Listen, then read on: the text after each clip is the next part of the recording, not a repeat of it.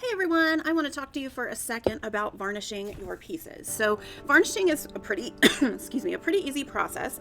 And before you varnish, you want to make sure that your pieces are clean and ready to go. So if you have any chalk lines or outlines from your stencil, you need to make sure that those have been wiped off and your stones are completely dry. Another thing that I like to do before I varnish is use a low tack tape. So if you've got masking tape or washi tape, sometimes I will gently go over my stones.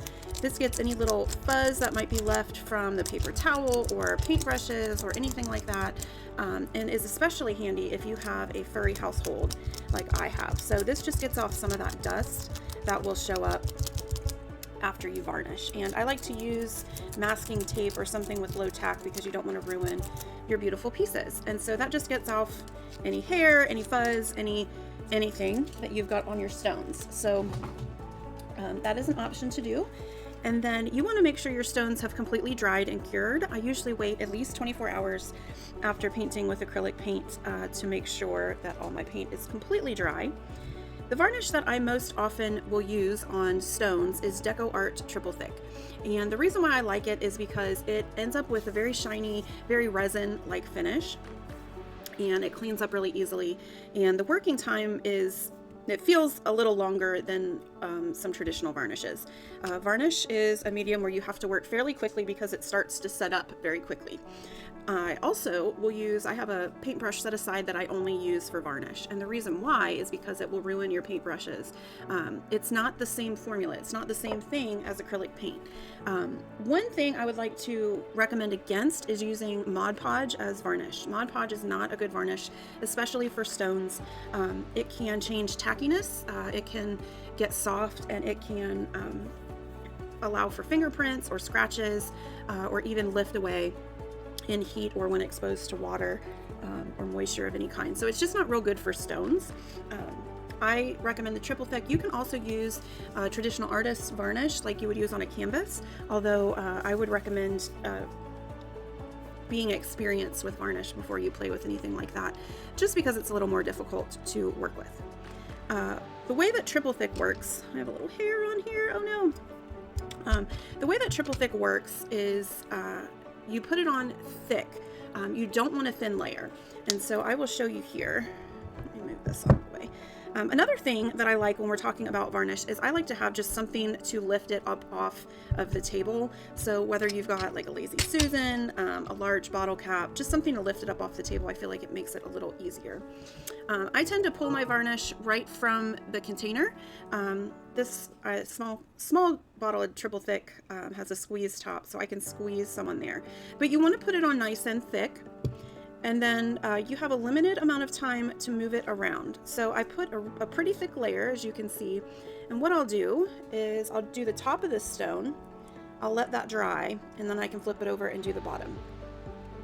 But I'm just going to quickly even this coat out. I don't want to leave any brush strokes or marks in there. I'm just going to go about halfway down the side of my stone. And you'll know that you have enough varnish on there when you're using Triple Thick, when it looks just slightly milky. Like you can see in some areas it's got that milky appearance. That's what we want. So you can move it around a little bit and evenly coat, but you don't want a really thin layer.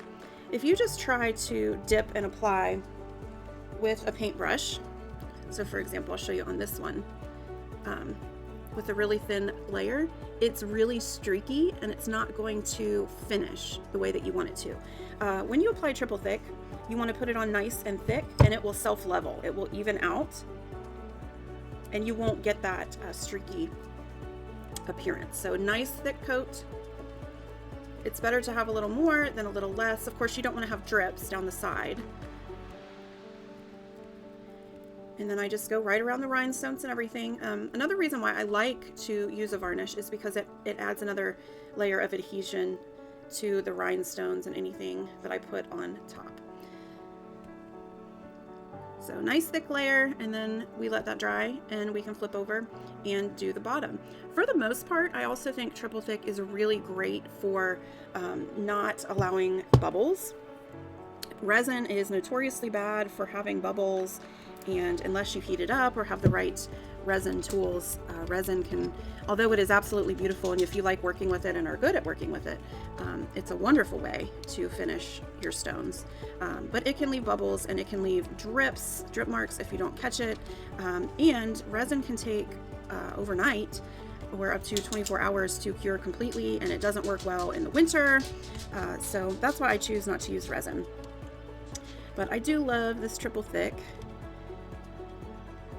And the beautiful thing about triple thick is it doesn't take too long to dry. So with a really thick coat like this, I'm looking at being able to probably flip it over and do the bottom side of these stones in about 2 hours. And then I can leave that sit for another 2 hours, and then they are completely done. So that's my little Varnish 101. Of course, you can use anything that you prefer. Another tip about varnish is you never ever want to thin it with water or use a wet paintbrush, because water, even in water-soluble varnishes, it will make it milky and it won't clear up when it dries. So don't ever add water to varnish. Otherwise, go ahead and glaze your stones. They'll end up with a really beautiful finish if you use the Americana Triple Thick. And then I cannot wait to see what you create. Thanks, everyone.